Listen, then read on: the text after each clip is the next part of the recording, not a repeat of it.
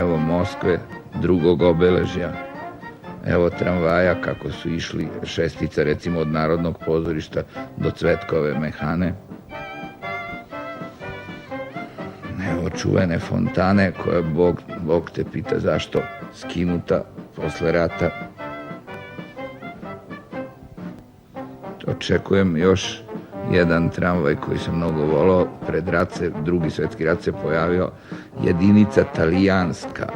Talijanac išao je linijom od Kalemegdana do Slavija. Posle se nastavljala gore 1A od Svetosavske crkve.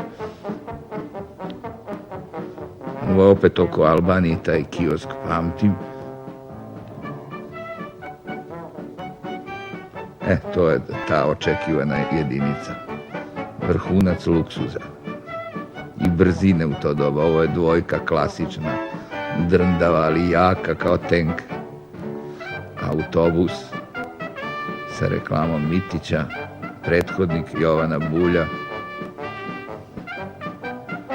Strašan saobraćaj za 1939. godinu kad je snimljen ovaj materijal. Prosto se mislilo da je to pregust saobraćaj za Beograd koji je tada bio bar 4 puta manji od današnjeg. Kad kamera beleži njegov život, znači od početka veka, Beograd se stalno upinje da se izvuče iz balkanske kasabe, da postane modern grad i veliki grad takođe. I koliko god puta počne, toliko puta ga ratna razaranja, pa i metež i promena stanovništva vrate, pa opet kao da mora iz početka. Ovo je dvor, dvorski park.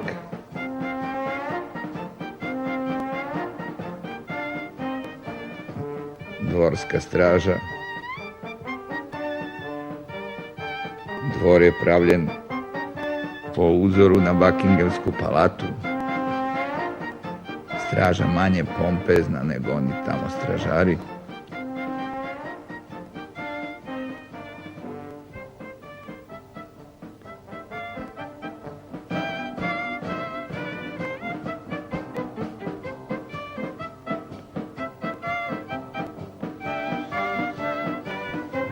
Evo skupštine čiji su temelji udareni još pre Prvog svetskog rata, a završena je 30. godina. Ovo je moment kad je već pod krovom. Imala je i ogradu koja je srušena posle rata i to je dobro.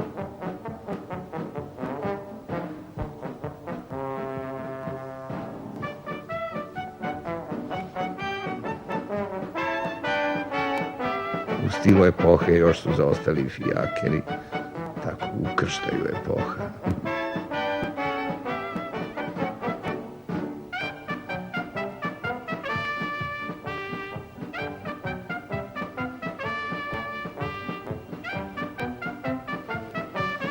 To je Kneza Miloša ulica, ovo je tramvaj trojka kojim sam išao na izlet sa svojom babom u Topčideri sa trotinetom. Razume se, odavde je polazila trojka od spomenika Narodnog pozorišta.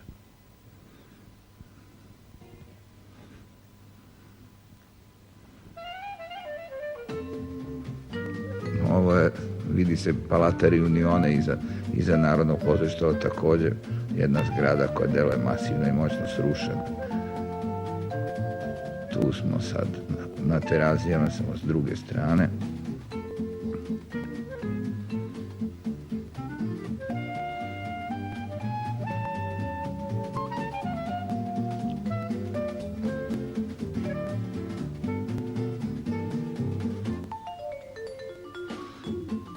Gurnjava ondašnja. Ovo je film žurnal Novaković filma. Kosta Novaković, magistar farmacije, imao je bioskop, tako je počeo. Pravio svoje žurnale. Evo jedne u fudbalske utakmice. Nažalost, ne mogu da kažem ko s kim igra.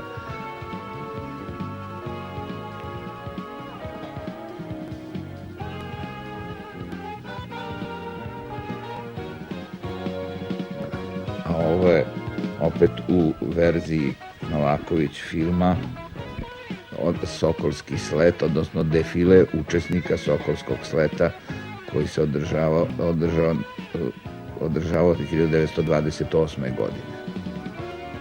Ovdje u Knez Mihajlovoj defile na trkalištu kod Tehničke velike škole na sadašnjem bulevaru Revolucije bio je sam slet.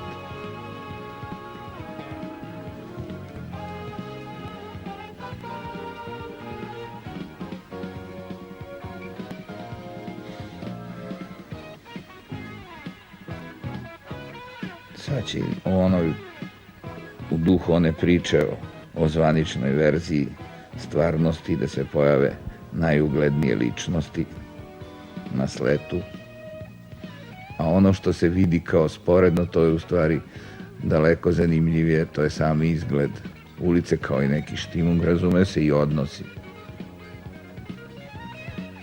Kroz kapiju to što se vidi, to je jedna kućica i danas postoji na uglu Ivana Milutinovića, nekadašnje Zorine ulice, s bulevara Revolucije gledana.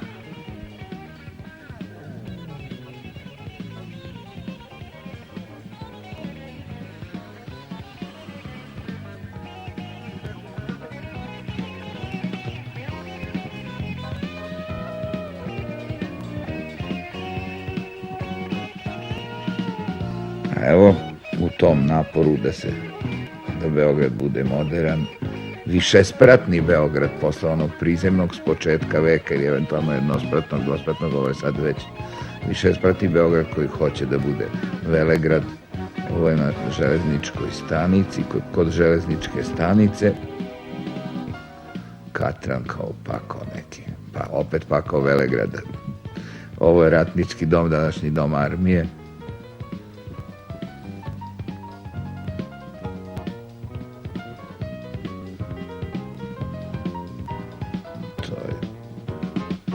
Dalje, to je znači Katran na krovu, neke zgrade preko puta Ministarstva građevina.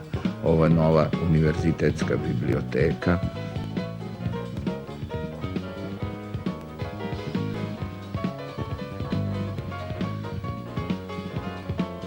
Tehnički fakultet, studentski dom kod Vukovog spomenika.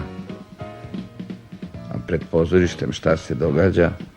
Glumci skupljaju priloge za fond za pomoć svojim kolegama. To je Dobrica Milutinović, ako se ne varam, bard koji je glumio po Skadarliji više nego na daskama, a bio veliki glumac. Da ga kažem, ne poštujući granice između života i umetnosti, od njega Aleksandar Zlatković, a vidi se, čini mi se, i Žanka Stokić,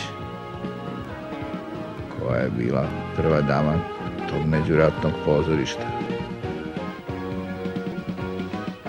Na istom poslu na Terazijeva Čiča Ilija Stanojević, glumac, komičar, pisac rado igrane komedije Dorčevska posla, a i reditelj filma Karađorđe, prvog srpskog igranog filma snimljenog 1911. od koga se ništa nije sačuvalo.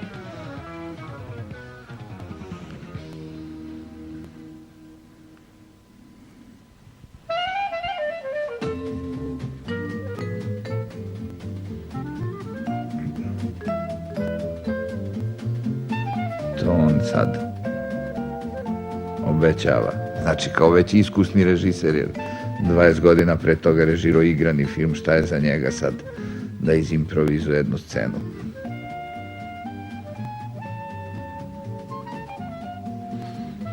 I on je, to se vidi i po stavu i po licu, predstavnik onog romantičnog shvatanja pozorišta i glumačkog poziva koje uključuje u sebe boemiju, znači Skadarliju, isto koliko i Narodno pozorište tu nekoliko stotina metara od kafane Tri šešira pred kojom sedi Čiča Ilija sa Žankom Stokić, koja je bila nenadmašna gospođa ministarka. Nažalost, ništa se od toga nije sačuvalo, ona je bila nekako mimo filma, filmova je bilo malo, nije to registrovano. Njen glas je više sačuvana, vidi se i po ovome kakva je bila živi temperament.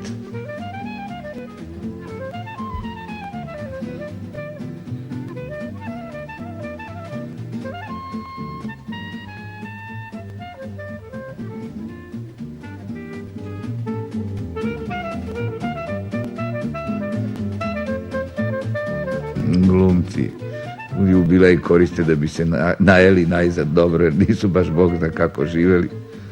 I to ulazi u definiciju glumačkog poziva, kao i mnoge anegdote o tom životu njihovom, anegdote o čvarcima i hlebu kao glavnoj hrani.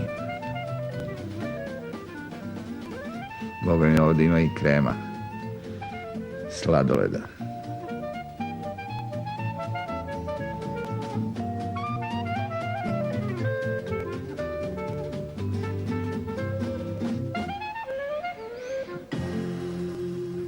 Zgrada Jugoeksporta, ovamo na levoj strani, to je ono što je slišćeno tokom rata i do danas nepodignuti deo gde su bili Pelivanova poslastičarnica, restoran Kolarac i pošta broj 1 stara.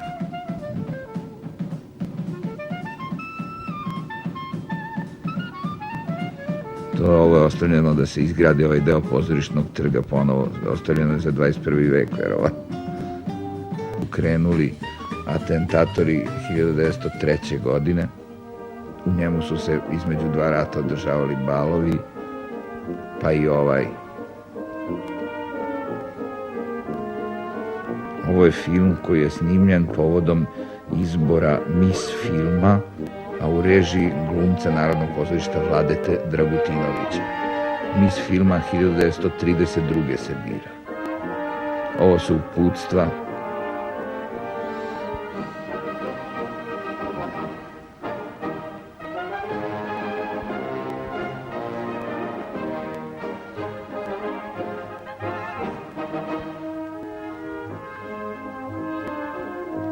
Sad je ovo jedna prigodna tačka, jedna od tačaka izvođenih na toj večeri. Zove se Ćaskanje zvezda. Tekst je napisao Vojislav Ilić Mlađi, onaj koga smo mi zvali Vojislav Ilić Mlađi i Slađi.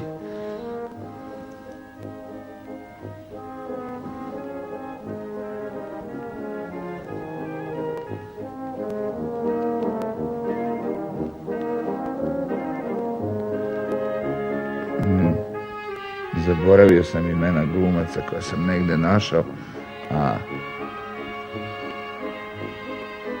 ali sam zapamtio i prepoznao glumicu koja će se uskoro pojaviti. Ona je igrala i dugo posle rata, to je Marica Popović. Ona igra Veneru.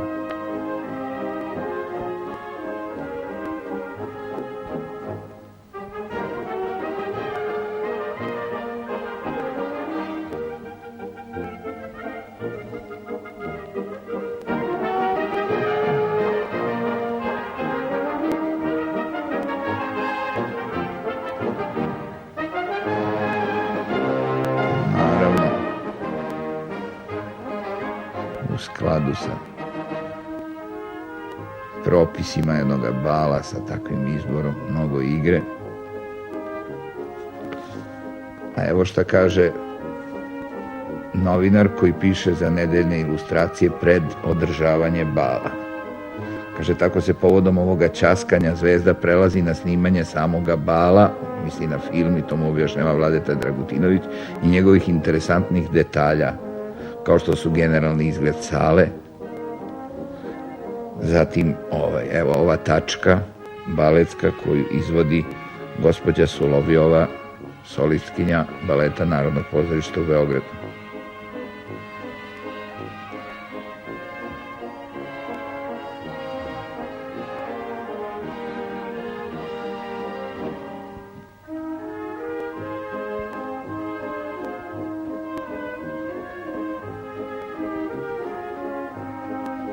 Ovo je u središtu pažnje šef žirija, predsjednica žirija, to je Itarina, naša najveća filmska glumica svih vremena. Sad mora da bude jedno kolce.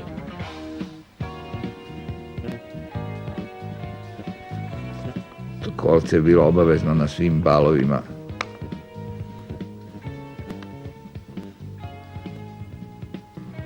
Ovo je druga baletska tačka gospođice Riki Levi, također članice Narodnog pozorišta.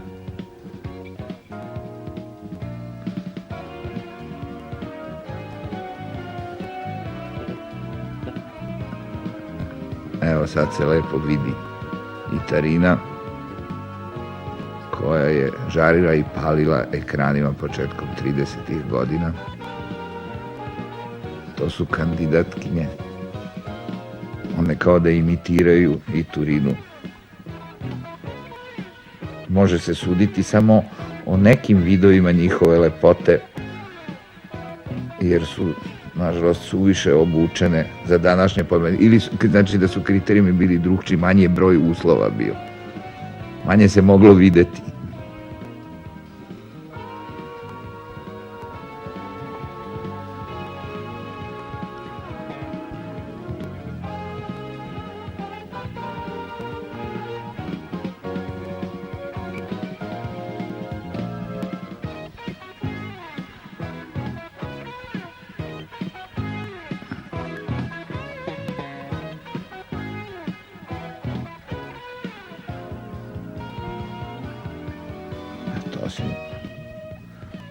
Osim kandidatkinja, šta se još moglo videti, kako kaže onaj tekst u ilustracijama. Mogle su se videti lepe noge igračica, razdragana muzika u punoj akciji i tako dalje.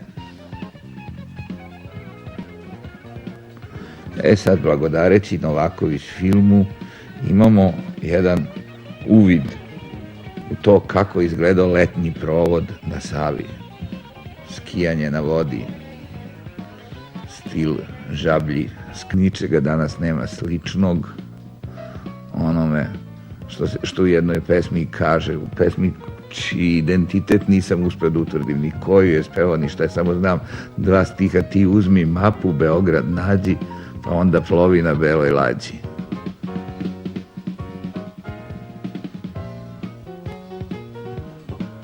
Ovo je taj Beograd sporijeg ritma i nekoga većeg hedonizma i manje nervoze.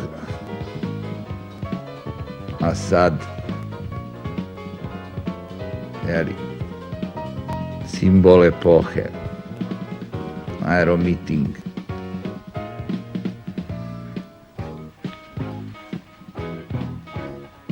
'32. je to snimljeno, samo neku godinu ranije. Prvi je Tadija Sondermajer preleteo fantastičnu razdaljinu Beograd-Zagreb i uspostavio na taj način redovan saobraćaj. Ovo je sad već jedna komična numera, to je bila ideja da se pravi jedna serija, kako bi se rekao, skečeva komičnih o nespretnom Bukiju.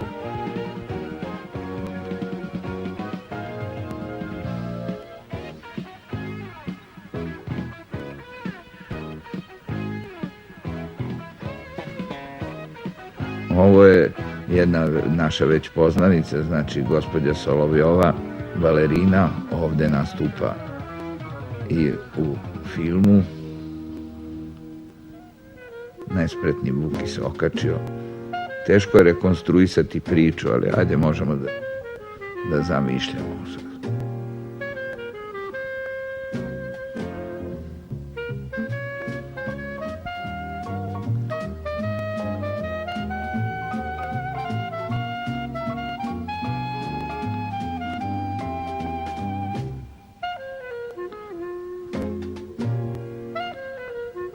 Put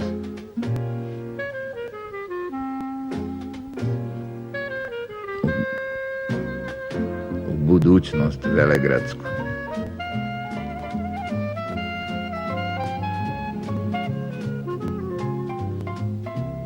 Prvi filmski poljubac u jugoslovenskom filmu. Posledice u Nezverini Buki.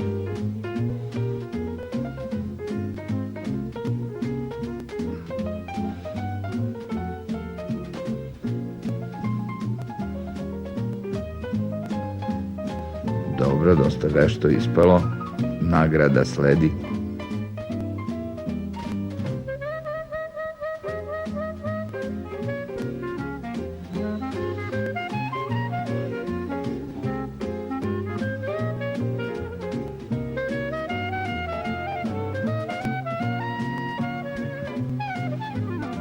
I ova komična tačka govori o ljudima i naravima.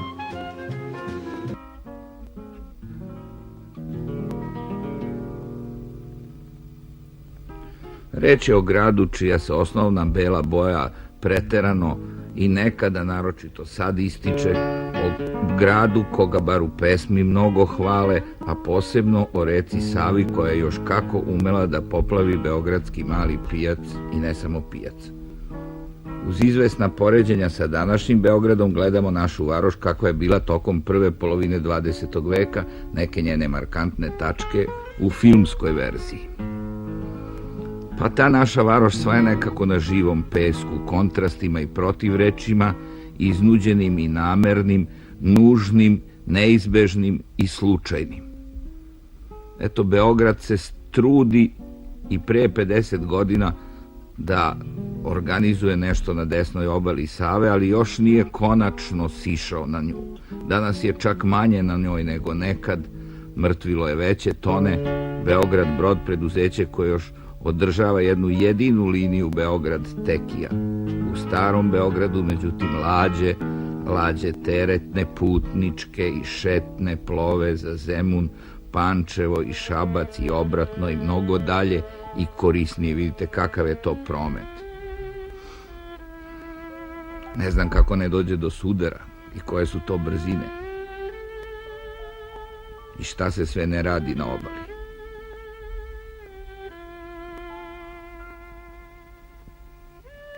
I kako je prijatno na brodovima. Evo šlepovi, između kojih smo nekad plivali na đačkom kupatilu nizvodno malo. Evo sutoni beogradski. Panorama. Rad, istovar i šlepova.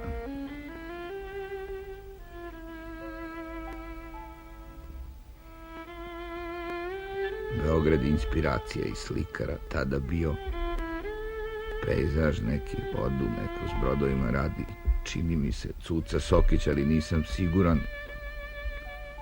Još manje s lica kad je vidim, u svakom slučaju okružena je znatiželjnim posmatračima. Malo zabave, malo rada. Pošto nema fenola, pecanje se nesmetano obavlja i valjda daje rezultate, nisu snimljeni.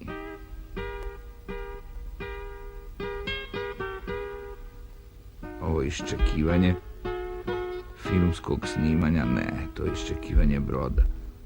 Sredovne linije neke, da vidimo koja je.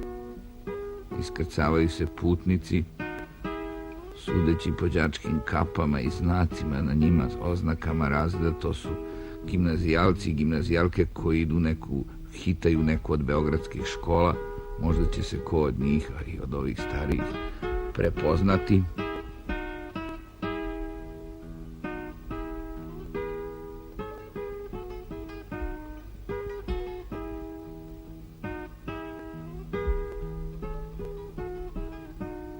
Među raznim aktivnostima, dolascima i odlascima nešto se ističe u jednom momentu, to je izgradnja mosta.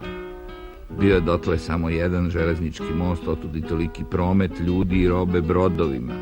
Ovaj novi, koji se završava 1937. treba da bude pešački, kolski i tramvaj će moći da ide u Zemun. To znam da je tačno, išao sam u Zemun tim tramvajem. Od Skupštine je polazio. Od 37. do 41. toliko je most potrajao svega. Evo vidi se kako on lepo graditeljsko delo zaista. A na njegovim stubovima izgrađen je sadašnji most, što je još jedan beogradski paradoks. Ali evo nas na otvaranju onog prethodnog i tako kratke i da kažemo tragične sudbine.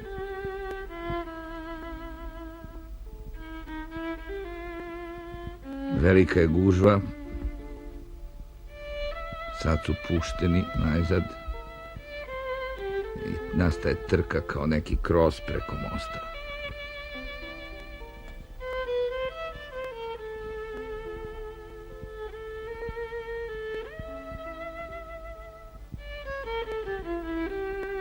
Na onoj ledini koja se sad videla,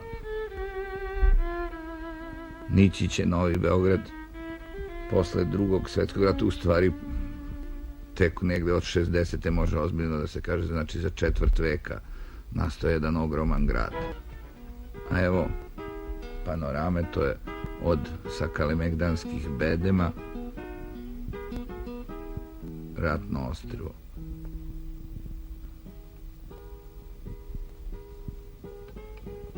Pre 55-6 godina snimljeno.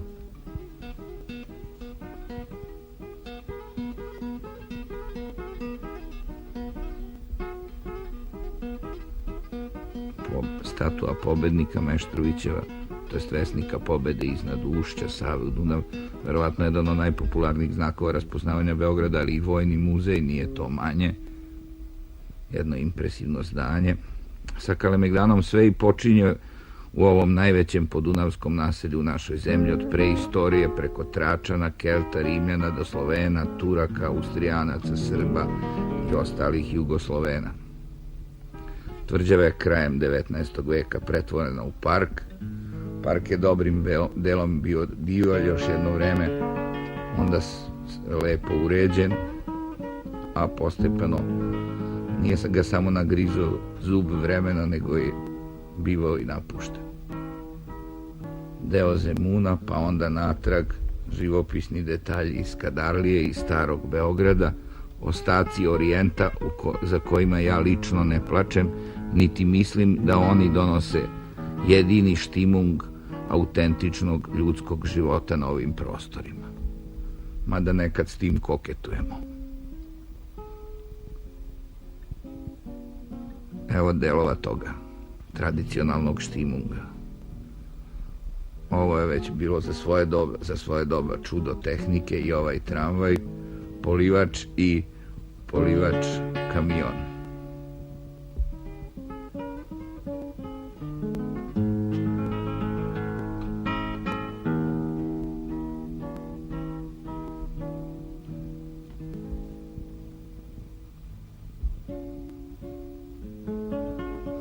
Sad malo Skadarlije, opet smo kod Tri šešira, ako se ne varam, u centru kafanskog života koji je obnovljen, u centru raznih naših kafanskih hramova, u centru usmenog stvaralaštva, viceva, pesme i pića kojim su proćerdani mnogi naši talenti.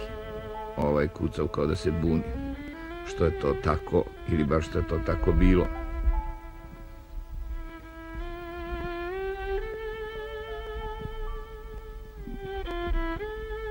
Fizički se donekle promenila i ta Skadarlija i taj kraj. Evo, najnesavršeniji, ali dugo važeći način pripremanja ogreva za zimu. Još pre rata on je doživeo izvestan preobražaj. Evo sada te testere. Ovo se valjda ide po drva i do dana današnjeg se ide po drva i ugalj na Dunav kod luke Beograd. Ovo se sprema boemski podmladak u Skadarliji štali.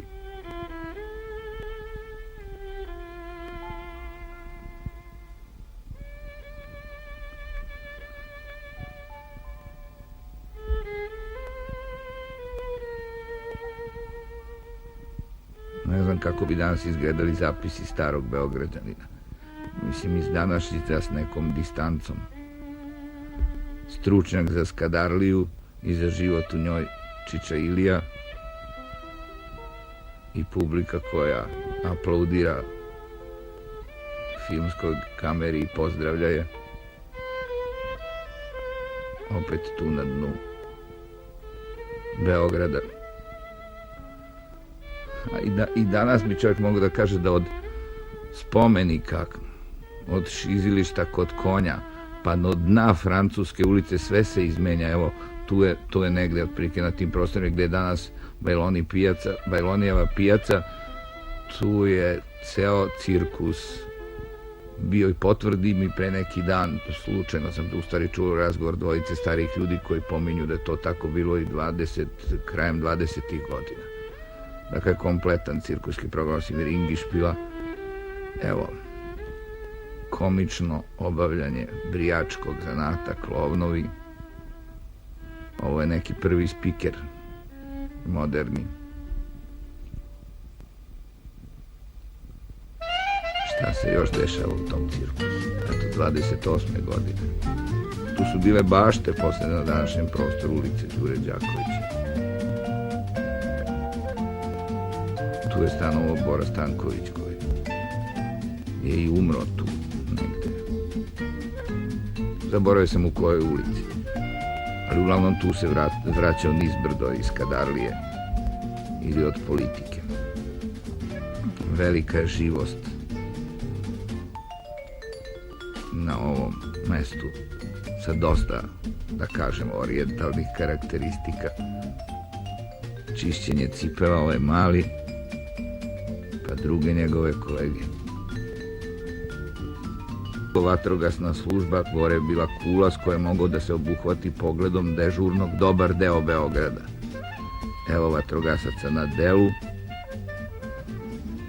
Prvo se iz Kapetan Mišinog zdanja izdvojila gimnazija, pa su i vatrogasci dobili dom na uglu bivše Bitoljske, sada Georgij Dimitrova ulice, gde je posle napravljena adaptacijom hotel Taš.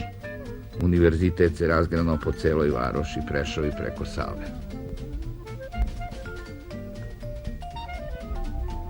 Na posao ili na vežbu.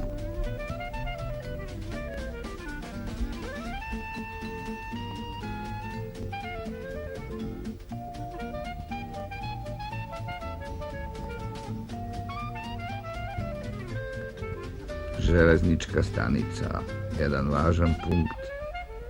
Od silnih planova i nedovršenih projekata, tunela i prokopa, ona je ostala do danas gde jeste, šta jeste i kakva jeste. Jednom sam zabasao na sprat, neku kancelariju sam tražio, tamo propada pod od dasaka i sve smrdi, kao ne našli se na peronima, ko ne veruje, ne našao se na peronu ujutro oko 6:30 ili uveče. Ovo je još u redu i još koliko toliko u skladu sa epohom, ove sandučare sa poštom, sa robom. Ali stanica mi nekako ostaje putokaz odakle dolazimo i kuda smo se zaputili, ali ne idemo dovoljno energično. U tom nas sustižu mlekadžije. Tek od 52. 53. ako se ne varam, prestao je ovaj način snabdevanja Beograđana mlekom. Kanta u ruke, zvoni na vrata, gospo je u šlafroku, podmeće šerpu, a dotle se konj sam pomeri do sledeće zgrade. Evo čitava povorka i to iz raznih pravaca stiže ranim jutrom u Beograd. Ovo je od Dunav stanice.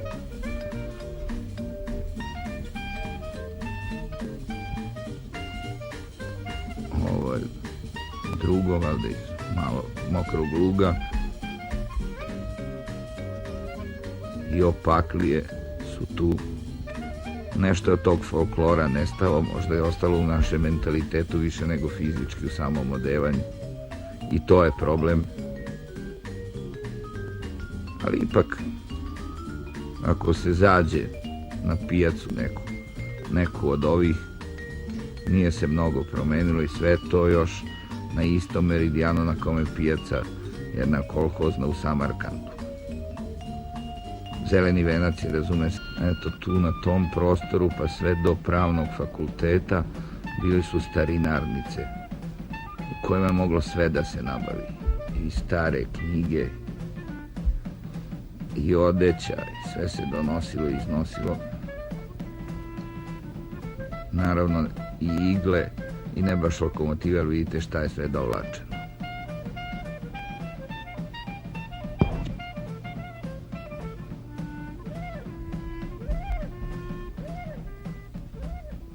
Sad kod Londona trojka, evo, uspela je u svom naporu se podigne iz ulice Kneza Miloša.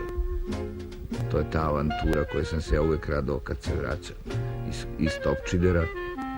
Ovo malo izgled kioska i jedna preozbiljna kolona automobila disciplinovano Knez Mihajlovom ulicom ka Terazijama.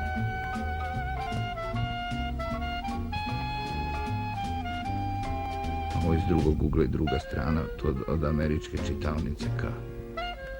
Ovo još uvek trojka, pa drugi tramvaj A sad smo naišli na jednu retku svečanost u duhu onoga o čemu pričamo. Na Terazijama Beograđani dočekuju baklju koja je 1936. iz Atine krenula put olimpijskog grada Berlina. To je ona čuvena olimpijada na kojoj je svojim pobjedama Jesse Owens raspametio Hitlera. Evo sad se obavlja ta ceremonija, kao što smo blagodareći televiziji vidjeli više puta i u novije vreme.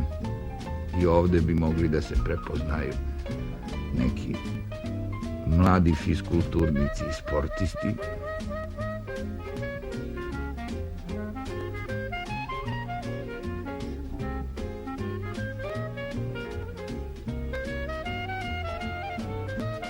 Ali moja sećanja ne dopiru tako daleko da bih mogao da otkrijem nekog od svojih trenera ili naših posleratnih ili posleratnih tih fiskulturnih aktivista koji su učinili nešto za tu fizičku kulturu i sport i ranije i posle. Ovdje se nažalost prepoznao samo Dragog Jovanovića, čuvenog beogradskog policajca.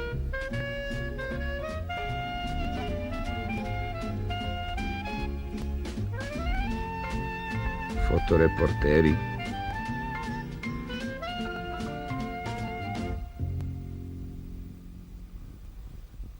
Povlašćena mesta iz hotela Moskva kad se gleda.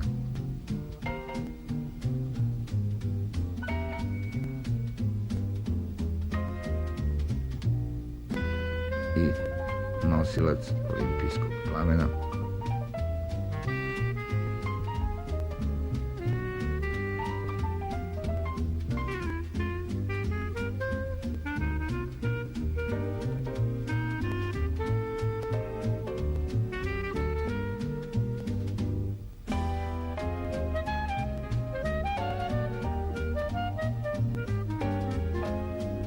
Još jedan krupan sportski.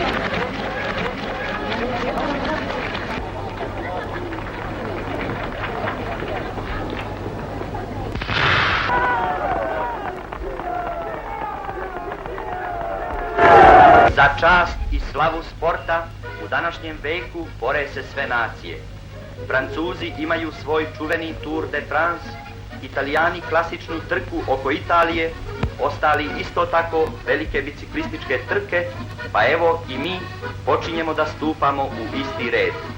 Ceneći značaj biciklističkog sporta, Beogradska štampa i Radio Beograd organizuju kod nas najveće biciklističke trke, trku oko Srbije. Hoćemo li stići Evropu?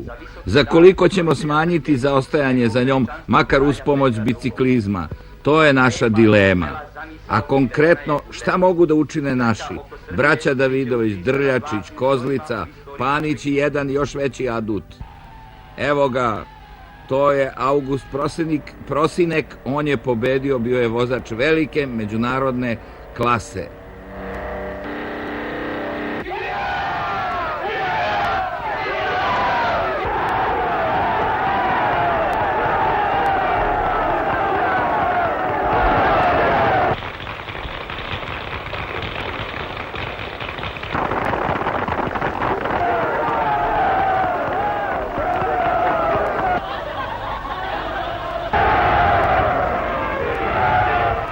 Staza ove trke iznosila je 1000 km i bila je podeljena u 6.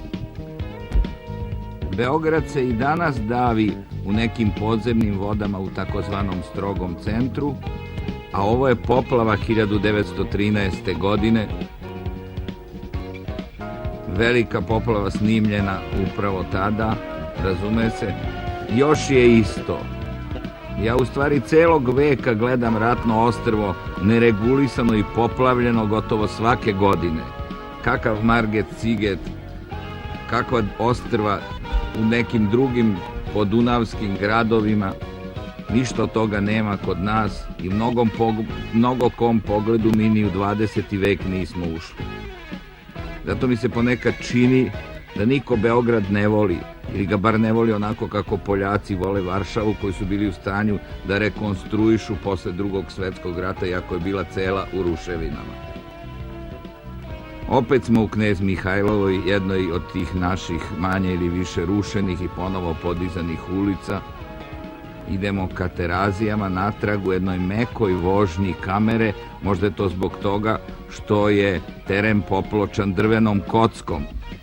Snimio je ovu scenu, kao i ceo film Povratak srpskih pobednika, Slavko Jovanović. To je Beograd posle Balkanskih ratova, to su pobednički dani u znaku deviza za Kosovo Kumanovo, za slivnicu Bregalnicu. I ne sluti se, sudeći po raspoloženju na ulici, da je reč samo o predahu do početka Svetskog rata, uleto sledeće 1914. godine.